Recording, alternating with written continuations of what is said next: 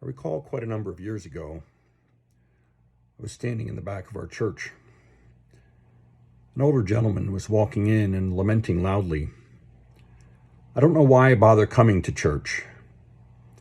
It does not seem to have done me any good. I'm always in pain. I struggle just to get by.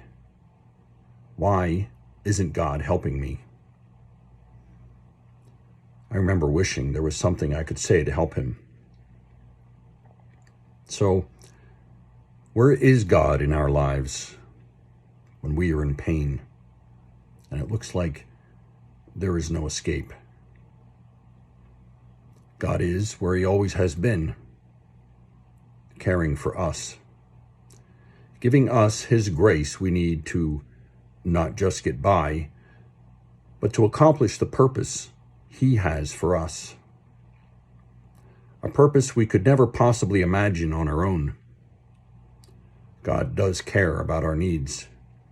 He cares about them so much that he wants much more out of our lives than we do. Our lives are not lacking because God is not invested in them. Our lives are lacking when we are not invested in God. The purpose of our lives is not to build up ourselves, but to build up his kingdom. St. Peter and St. Paul understood that. Here we have two men who were responsible for building up the early church, building up God's kingdom from the foundation and not even given a set of blueprints. Yet, they trusted in him. Jesus told Peter he would be the very rock upon which he would build his church.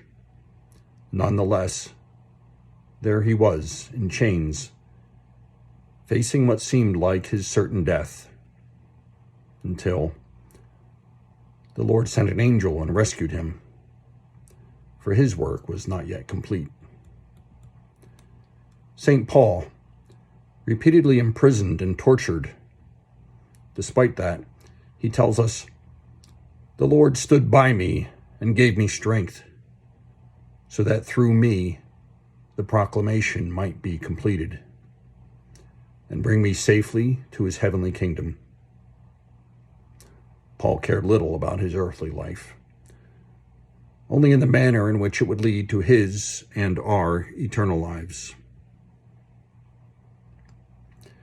These men both knew what would eventually lay ahead of them: martyrdom.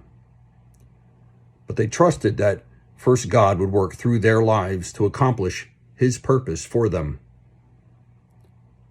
May we come to the altar of the Lord, anticipating not what he might do for us, but rather, like these saints, what he might do with us.